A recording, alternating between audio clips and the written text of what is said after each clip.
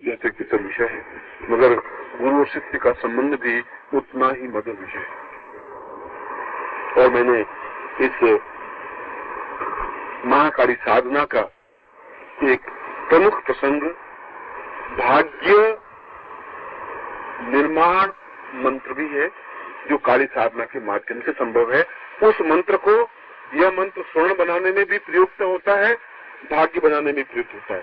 किस मंत्र के माध्यम से काली साधना में, जब मैं आगे 8वां विवेचन लिखे, इसके 8 भेद लिखे काली साधना में, दक्षिण काली का मंत्र दिया है, उसके बाद में संतति प्रथा साधना, स्वर्णाकर्षण साधना, ये मैंने साधना में विवेचन दिए। ये मैं उसकी व्याख्या कर रहा था। साधना, स्पर्श मणि साधना का मतलब है कि हमारे स्पर्श से वस्तु मणिवत डिफरेंस आ जाए, रूपांतरित हो जाए। मणि का मतलब हुआ है रूपांतरण होना। मणि का अमर कोश में शब्द है, अर्थ है। अमर कोश संस्कृत का सबसे बड़ा पारिभाषिक शब्दकोश है। अमर सिंह ने उसका रचना की। जिस प्रकार से हमारे डिक्शनरी बनती है, उस प्रकार संस्कृत की डिक्शनरी, पारिभाषिक डिक्शनरी, जिसमें एक शब्द के कितने अर्थ होते हैं, उसको अमर कोश कहा गया है। उस अमर कोश में मणि शब्द की व्याख्या करते हुए कहा है कि एक घटिया पदार्थ को बढ़िया पदार्थ में रूपांतरित करने की क्रिया को मणि कहा जाता है। और स्पर्श मणि, स्पर्श करने से, आपके प्रयोग करने से, आपके एक्टिव होने से, आपके क्रियाकलापों से जो एक पदार्थ को दूसरे पदार्थ में रूपांतरित कर दी जाए, वह साधना भी काली साधना के अंतर्गत है। और यदि वह साधना है तो ब्रह्मांड पर विजय है ही। ब्रह्मांड पर विजय का मतलब ये कि हमारे जीवन की जो आवश्यकता है, उन आवश्यकताओं की पूर्ति जिसके माध्यम से कर सके, धन के माध्यम से, यश के माध्यम से, पुत्र के माध्यम से, पौत्र के माध्यम से, जिसके माध्यम से, उस साधना को स्पर्श मणि साधना है। यह साधना स्वर्ण साधना में प्रयुक्त होती है, क्योंकि काली साधना के माध्यम से भी स्वर्ण बनाने की पद्धति है इस मंत्र में, जो मंत्र मैंने दिया है। मगर यह केवल मंत्र साधनात्मक मंत्र है, क्रियात्मक पद्धति विवेचन है। जैसा कि मैं पहले के जमाने में सारे व्यक्ति अपनी बातचीत को बहुत गूढ़ भाषा में लिख करके बताते थे, सीधे साधे शब्दों में कहते नहीं। नाग मार नागिन को लावे, अब हम 1000 बार सिर कूटते रहे तो अब कुछ समझ में आएगा ही नहीं। और सारे डिक्शनरी आप देख लें, किसी गुरुओं को पूछ लें, चाहे फिजिक्स वाले को पूछ लें, केमिस्ट्री वाले को, वो आपको पागल तो जरूर कहेगा। ये जोधपुर जागा है जरूर, तो नाग मार नागिन तो वहीं से ला सकते हैं और कहीं से नहीं ला सकते, तो जरूर जोधपुर जागा है। अब उनको समझाएगा कौन? क्योंकि उनका स्तर उतना ही है, उसके आगे वो थिंकिंग नहीं कर सकते, वो सोच नहीं सकते। और जहां हमारी बुद्धि काम नहीं करती, हम उसको पागल कह देते हैं। हम साधुओं को पागल कह देते हैं। तो पागल है कि आत्मानंद में लीन है, तुम उस चीज को पहुंच नहीं सकते। वहां उस स्टेज को जब समझ नहीं सकते, जिसको हम समझ नहीं सकते, वो कहते ये बेकार है या पागल है।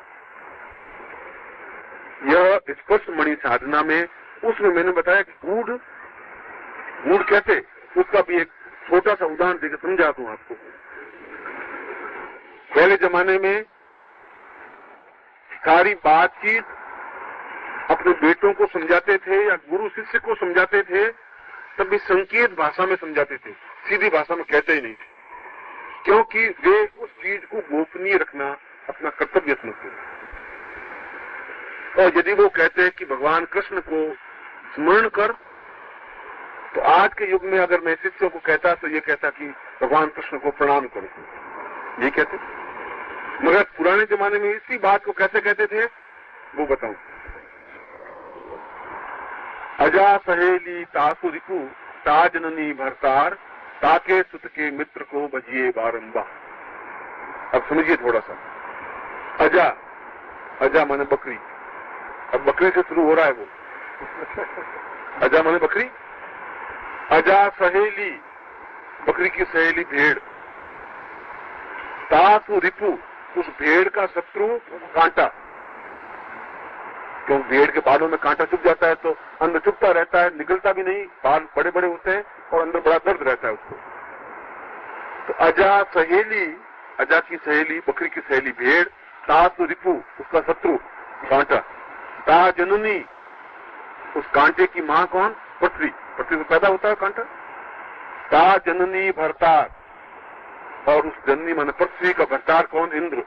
इंद्र से वर्षा होती। ताके सुत, उस इंद्र का बेटा कौन? अर्जुन। ताके सुत के मित्र को, उस अर्जुन का मित्र कौन? कृष्ण। ये बात इधर तुम कह देते कि कृष्ण को भजो, पर नहीं, यूं कहेंगे तो जैसे वो तो बकरी से शुरू करेंगे। अब जब बकरी से शुरू करेंगे तो हम कंफर्म कैसे करेंगे कि वहां तक पहुंचेगा? अजा सहेली तासु रिपु, ता जननी भरतार, ताके सुत के मित्र को भजिए बारंबार। इन मंत्रों में भी और नागमार नागिन के मंत्रों में भी वही खेल। वो अजा से शुरू करेंगे, कृष्ण तक पहुंचा देंगे। इस नागमार नागिन में भी वही कूट दिखे। यह मंत्र है, यह मंत्र स्वर्ण बनाने की पद्धति है। ये जो मैंने मंत्र किया है साधनात्मक दृष्टि से तो यह मंत्र है, मंत्र जाप नहीं। हकीकत में यह मंत्र है ही नहीं। अगर बिल्कुल प्रामाणिक रूप से कहा जाए तो शीर्ष सूक्त अपने आप में मंत्र नहीं है, कदक धारा अपने आप में मंत्र नहीं है। कहते हैं कि शीर्ष सूक्त का पाठ करने से लक्ष्मी प्रसन्न होती है, शीर्ष सूक्त को समझने से लक्ष्मी प्रसन्न होती है, क्योंकि शीर्ष सूक्त के 16 पद हैं। और शीर्ष सूक्त को तो आप लोगों ने कई बार मंत्र जब किया ही होगा, पाठ किया ही होगा, पढ़े होंगे, मगर शीर्ष सूक्त में लक्ष्मी का विवरण वर्णन है ही नहीं। उससे लक्ष्मी प्रसन्न नहीं हो सकती। उसमें की गई एक्टिविटी से यदि आप चाहें तो तांबे से सोना बना सकते हैं। जब तांबे से सोना बन जाएगा तो अपने आप लक्ष्मी प्रसन्न हो जाएगी और स्थिर लक्ष्मी प्रसन्न हो जाएगी। चंचला लक्ष्मी नहीं, वो जा ही नहीं सकती। जाएगी तो आपके पास ताकत है, बाजार तांबे का टुकड़ा लाए वापिस खेच के लिए आए। इसलिए स्थिर लक्ष्मी को सिद्ध करने का वो विधान है। अब उस विधान को सीधे साधे हिंदी में लिखा सकते थे, मगर नहीं, उन्होंने उसी कूटनीति भाषा में उसको लिख करके रख दिया। बरसे कंबल भीगे पानी, कंबल बरसते हैं, पानी भीगता है, पानी भीगता, पानी क्या भीगेगा और पानी भीगेगा। आप उसको अर्थ करें। इस मंत्र को, ये जो नीचे मंत्र दिया हुआ है, ओम ऐंग रींग हैंग स्पर्श मणि महादेव की नमः, इसमें इस पहले जो 4 बीज हैं, ये चारों बीजों के नागार्जुन विधान के अनुसार यह मंत्र नागार्जुन प्रणीत मंत्र है। समझाइए, ये मंत्र मेरा मंत्र नहीं है। नागार्जुन ने इस मंत्र की रचना की। स्पर्श मणि साधना नागार्जुन की साधना है, और स्पर्श मणि साधना के माध्यम से उसने उस 75 साल के अनुभव को इन आदि पंक्ति में लिख दिया। अगर आपने नागार्जुन ग्रंथ को पढ़ा हो, 8 वर्षों में छपा, संस्कृत में कुल पूर्ण, उसने उस जीवन के विविध घटनाएं दी हैं और उसने रसायनिक के अनुभव दिए हैं। चंद्रोदय के बारे में वर्णन दिया है, चंद्र जल के बारे में वर्णन दिया है, सिद्ध सूत के बारे में विवरण दिए हैं, और अंत में इसके माध्यम से अपने जीवन के सारे अनुभवों को कि किस प्रकार से सोना बनाया जाए, वो ये पंक्ति, और मैंने आपके सामने रख दी। क्यों कि क्यों, एक भी अक्षर छुपाया नहीं है। नागार्जुन ने जो लाइन लिखी है वही लाइन आपके सामने लिखी है। नागार्जुन ने उसमें लिखा है कि इस तरीके से ही मैंने स्वर्ण बनाया है। आपको भी मैं बता देता हूं किस तरीके से स्वर्ण बनाना है। उसने इसका स्पर्श मणि साधना नाम दिया, मैंने भी इसका स्पर्श मणि साधना नाम दिया। उसने बताया कि महाकाली साधना के, क्योंकि वो महाकाली का उपासक, वह काली का उपासक था नागार्जुन, उसने महाकाली साधना के अंतर्गत इसको रखा, मैंने भी महाकाली साधना के अंतर्गत रखा। यदि आप इस मंत्र को समझ लेंगे तो निश्चित रूप से स्वर्ण बना सकते हैं। इसमें कोई स्वर्ण बनाना बहुत बड़ा हुआ नहीं है, कोई मिठाई बनाना बहुत बड़ा हुआ नहीं है, मगर जिसको नहीं बनाना आता उसके लिए बहुत बड़ा हुआ है। मगर यह स्पर्श मणि साधना महाकाली साधना के माध्यम से ही संभव है। और स्पर्श मणि का मतलब है कि हम अपने प्रयासों से धातु को रूपांतरित कर दें, मणि कर दें, उसको उसने सारभूत रूप में इसको स्पष्ट किया है। टाइम थोड़ा ज्यादा हो गया है।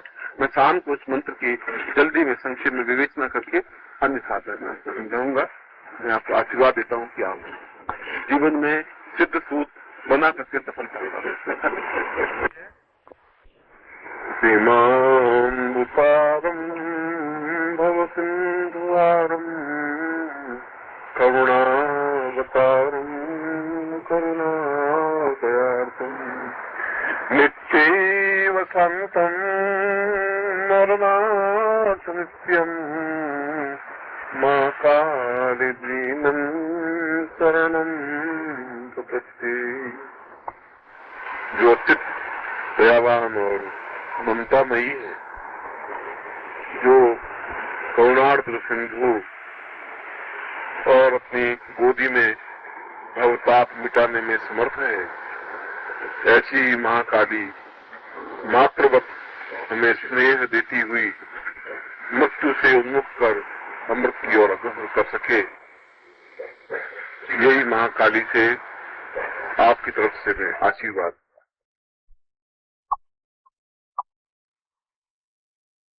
महाकाली के इस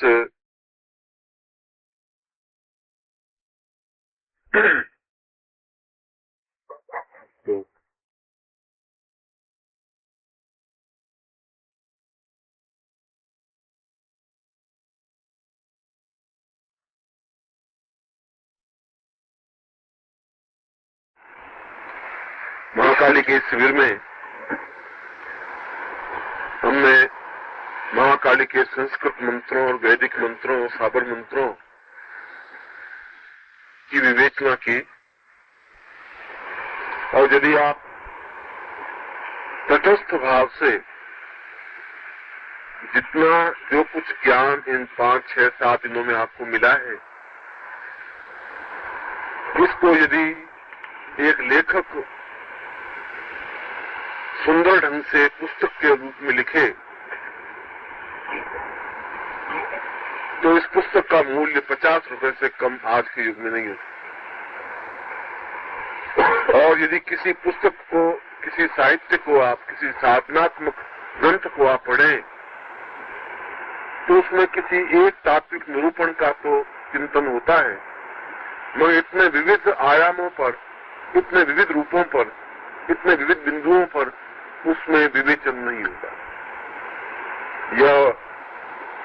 ये 7 दिन एक प्रकार से 7 पुस्तकों के रूप में हमारे सामने है। यह शिविर अपने आप में एक ग्रंथ है।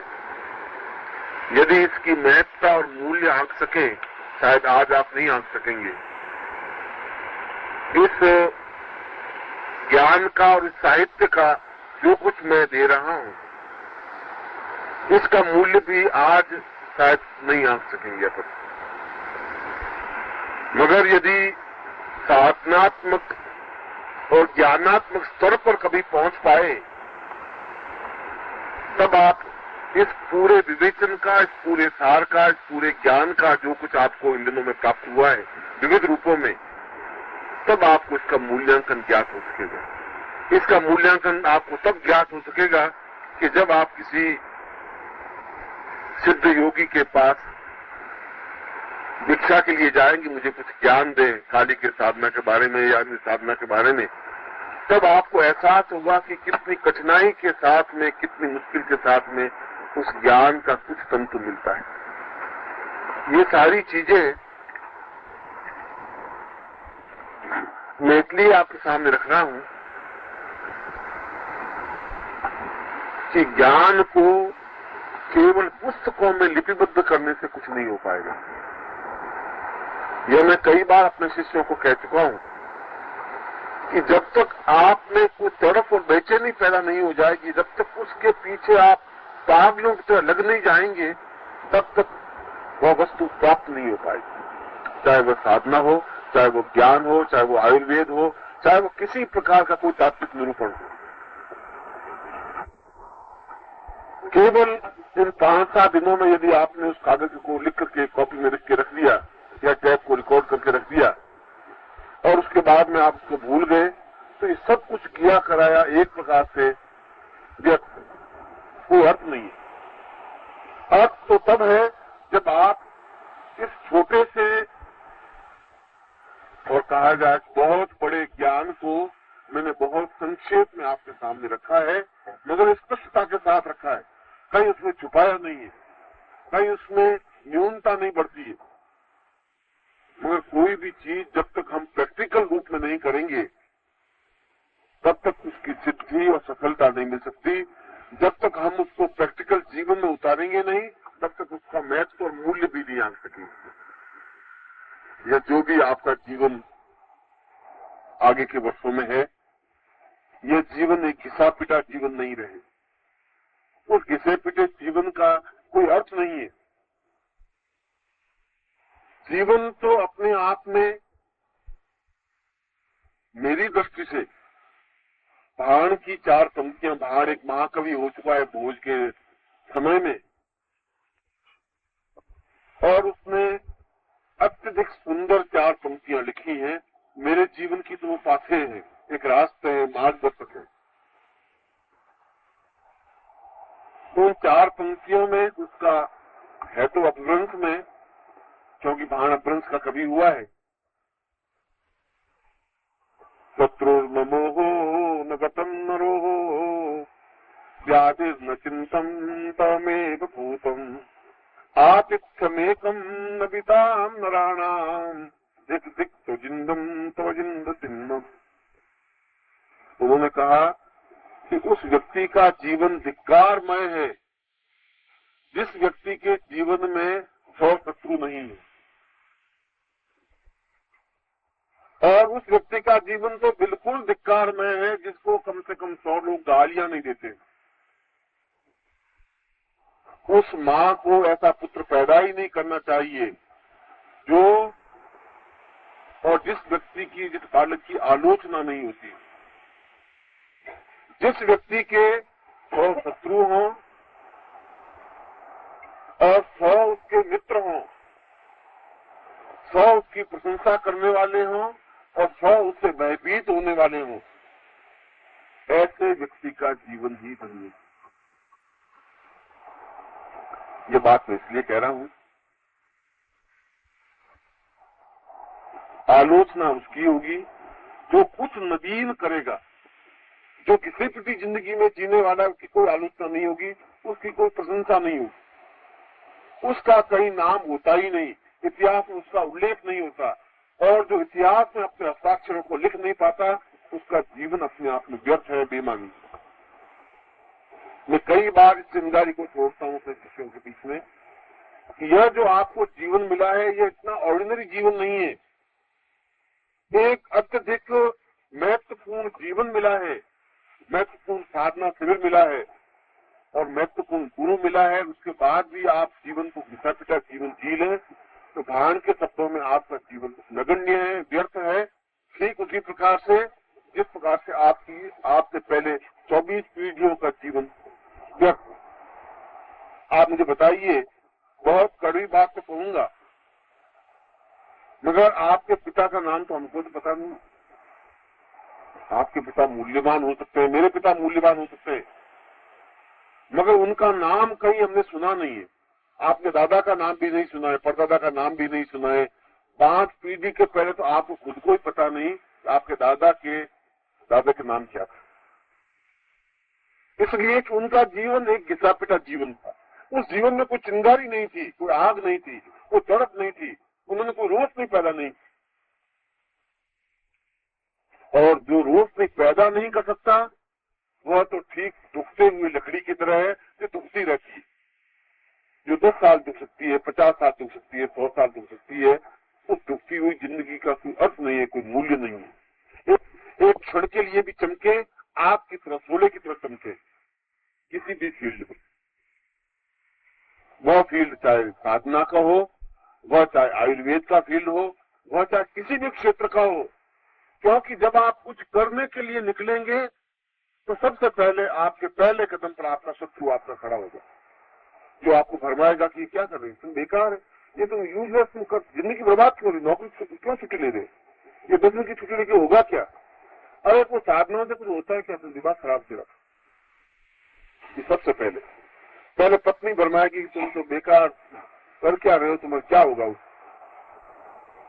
अगर हम धार्मिक कार्य करेंगे तो आलोचना, हम पाप काम करेंगे तो आलोचना, हम ज्यादा पत्नी को फड़फड़ाए तो आलोचना, कुछ नहीं बोले तो आलोचना। जीवन में आलोचना तो होगी, और आलोचना उसकी होती है जिसमें कुछ दमखम होता है। जब मुझे कोई आलोचना मेरी करता है कि गुजरात में आपको फलाना फलाना कह रहा था, तो मैं अपने आप को बड़ा गौरवान्वित महसूस करता हूँ कि कुछ हूँ जरूर। वहां बैठे बैठे भी याद करते हैं, बड़बड़ा रहे, हो रहे कुछ है, क्योंकि मेरे आस पड़ोस का किसी का कहीं कोई आलोक उल्लेख नहीं है, क्योंकि मुझे चिंता है ही नहीं। उन आस पड़ोस के लोगों से अगर जोधपुर के 8 लाख लोगों में से मेरे बारे में कुछ कहा सुनी हो रही है, तो हो तो रही है, हो रही है इसलिए कि उसमें कुछ विचित्र है, कुछ नवीनता, कुछ नवीन बात देने की मेरे में ताकत है, क्षमता है। अब आलोचना का अर्थ प्रशंसा भी हो सकता है, आलोचना का अर्थ आलोचना। कई बार पति जब यहाँ साधना में आते हैं तो पत्नियों के पत्र मुझे मिलते हैं कि आप कैसे गुरु, जो बार बार आप उनको यहाँ बुला लेते हैं जोधपुर में, आप उनको नौकरी करने देंगे कि नहीं करने देंगे, मेरे छोटे छोटे 2 बच्चे हैं, आप उनको साधु बना देंगे तो मैं किसके भरोसे रहूंगी, और आप ऐसे गुरु जी कुछ नहीं करें, और साधु के मैं हाथ जोड़ के प्रार्थना कुछ आपकी हाय लगेगी मेरी आप। इसलिए जिंदगी में आलोचनाओं से विपरीत घबराने की जरूरत नहीं है। जीवन में कुछ नवीन चिंगारी पैदा करने की जरूरत है, और वह नवीन चिंगारी पैदा करने के लिए इतिहास में नामोल्लेख के लिए केवल एक ही मार्ग है, और वह मार्ग है साधनात्मक मार्ग। वह साधना किसी की भी हो सकती है, वह साधना आयुर्वेद की हो सकती है। आयुर्वेद के क्षेत्र में अपना पूरा जीवन लगा दीजिए, आप निश्चित रूप से कुछ उपलब्धि प्राप्त कर पाएंगे यदि आपको सही गुरु मिल गया। यदि मार्गदर्शक आपका सही है तो आप जरूर उपलब्धि प्राप्त कर पाएंगे। यदि आप साधना के क्षेत्र में भी सिद्धाश्रम में पहुंच गए तो आने वाली पीढ़ियां भी आपको याद कर पाएंगी। आनंदमयी माँ को आज भी याद कर रहे हैं, विश्वदानंद जी को आज भी याद कर रहे हैं। अभी तो कुछ साल पहले की बात, उनके बेटे पोतों की वजह से आनंदमयी को माँ को नहीं याद कर रहे, क्योंकि उन्होंने अपने जीवन में एक मामूली से किसान की लड़की, और जीवन में प्रारंभिक अवस्था में जिसको वैद्य जीवन भोगना पड़े, वो अपने प्रयत्नों से सिद्धाश्रम तक पहुंच जाए तो उससे बड़ी उपलब्धि क्या हो। और विशुद्धानंद एक मामूली सा व्यक्ति जिसको पूरी साधनात्मक रास्ता ज्ञात नहीं, वह सिद्धाश्रम तक पहुंच सकता है। और शंकराचार्य जिसने 32 वर्ष की अवस्था में जिसका देहांत हो गया, और जब पहली बार उसने संन्यास लिया तो दक्षिण के पंडितों ने, उसके पूर्वजों ने, उसके आसपास के भाइयों ने, संबंधियों ने कहा कि ये जाति से बाहर हो गया, धर्मच्युत है। और यहाँ तक कि जब उसकी माँ की मृत्यु हो गई तो जाति वालों ने कहा कि हम तो इसको जलाने के लिए भी नहीं जाएंगे, क्यों तुमने संन्यास ले लिया। उसने लीक से हट करके काम किया, अपने कंधे पर माँ की लाश को धो करके सुनसान जाकर के जलाया अपने ऊपर, मगर हिम्मत नहीं आ रही, लीक से हटका नहीं। उसने कहा कोई बात नहीं, नवीन रास्ता मैंने पकड़ा है तो आने वाली पीढ़ियां मुझे जरूर याद रखें। आने वाली पीढ़ियों में अपने नाम को स्मरण बनाए रखने के लिए ये जरूरी है। यही जीवन है। जीवन का सार यही है कि आपका पर्सनैलिटी, आपका सत्व आगे आने वाले 1000 वर्षों में भी जिंदा रह सके। आप क्यों इतनी मेहनत कर रहे हैं, परिवार को क्यों इतना कुंबा जोड़ा है, क्यों पति लाए, पुत्र लाए, पोते बनाए, सब क्यों बनाया है, क्या अर्थ है इसका, क्यों मकान बनाया है, क्यों गहने बनाए हैं, अर्थ मकसद क्या है, अपने अस्तित्व को बनाए रखने की भावना, कामना। ये बेटे हैं तो मुझे सुख देंगे, कुछ नहीं तो मरने के बाद याद रखेंगे, श्राद्ध करेंगे, हमारा वंश चलेगा। अपने नमस्कार। अगर आप सद्गुरुदेव डॉक्टर नारायण दत्त श्रीमाली जी के दीक्षित हैं या फिर आपके पास उनसे जुड़े हुए कोई भी अनुभव है तो नीचे दिए गए हुए नंबर पर वीरल पटेल जी को मैसेज कीजिए या फिर फोन कॉल कीजिए और अपने अनुभव जरूर शेयर कीजिए। डॉक्टर नारायण दत्त श्रीमाली जी के आत्मकथा का संकलन करने में मदद करें। धन्यवाद।